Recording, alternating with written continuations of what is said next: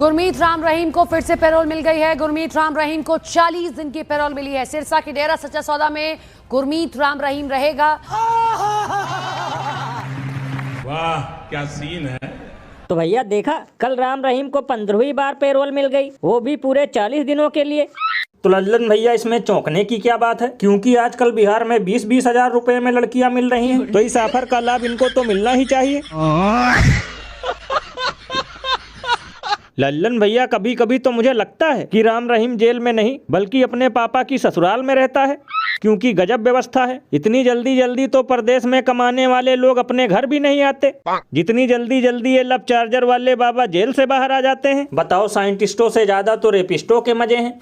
भैया इसीलिए तो लोग घनघोर बेइज्जती करते हुए ये कहते हैं कि जब से देश हुआ है जुमला पार्टी को हैंड ओवर, तब से बलात्कारियों को सम्मान मिल रहा है बराबर।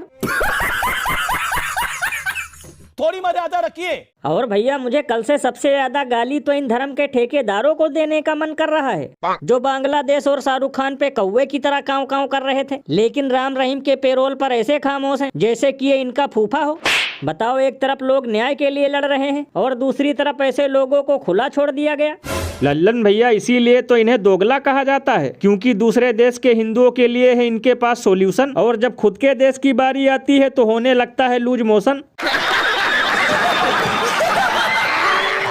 और अभी तो रुको, क्लाइमैक्स अभी बाकी है। बीजेपी के गुजरात मॉडल की हकीकत दुनिया के सामने आ गई है।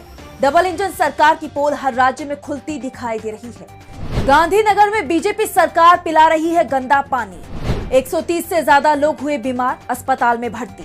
आप मेरे जमीर को चोट पहुंचा रहे हैं। तो भैया देखा, इंदौर की तरह गुजरात के गांधीनगर वाले भी स्वर्ग सिधारने वाले हैं, क्योंकि अमृतकाल में यहाँ भी गंदा पानी पिलाकर लोगों को बीमार बनाया जा रहा है।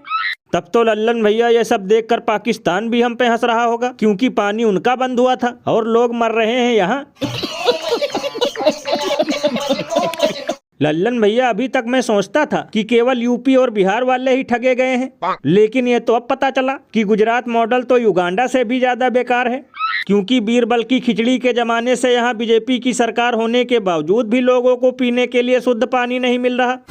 भैया इसीलिए तो इस पर महान कवि बाबा लपेटू दास ने कहा है कि कहीं धंस जाती है सड़क तो कहीं उलट जाती है रेल, और ऑपरेशन सिंदूर की तरह जल जीवन मिशन भी है फेल। अरे बाप रे, ये तो धोती खोल रहा है। यानी हम घंटे का विश्वगुरु बनेंगे। बताओ, एक तो वैसे ही प्राइवेट कंपनियां नकली पनीर, नकली दूध और नकली दवाई खिलाकर लोगों की खटिया खड़ी कर रही हैं, ऊपर से सरकार भी घटिया पानी परोस रही है। ये बिल्कुल सही कहा आपने। बताओ, खुद बैठकर पीते हैं आरओ का पानी और देशवासियों को याद आ रही है नाना नानी।